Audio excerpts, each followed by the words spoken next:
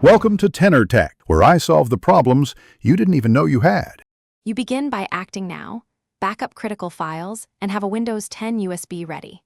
Insert the installer and boot into UEFI/BIOS. Make sure USB boot is first and temporarily disable secure boot so unsigned repair tools run. Once you're in the installer, choose Repair Your Computer rather than Install.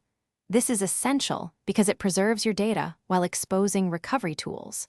Make sure to note the exact error code shown on screen, since that guides which repair commands you'll run next. You now perform targeted repairs. Start with Startup Repair to fix boot configuration automatically. If that fails, open Command Prompt.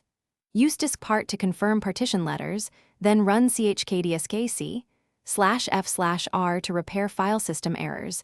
This addresses corrupted sectors that break installs. Next, use dism/online/cleanupimage/restore health to repair the component store, because System File Checker depends on a healthy image. Once done, run You finish by rebooting and verifying stability. Re-enable Secure Boot in UEFI, boot into Windows, and let the system complete automatic repairs. Then install all pending Windows updates and updated chipset or storage drivers to prevent repeat failures. If Windows still won't install or boot, perform a clean install from the USB. Choose Custom, delete problematic system partitions, then recreate them.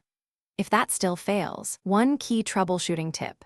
Test hardware, run vendor diagnostics on RAM and SSD/HDD, since persistent installation errors often indicate failing components.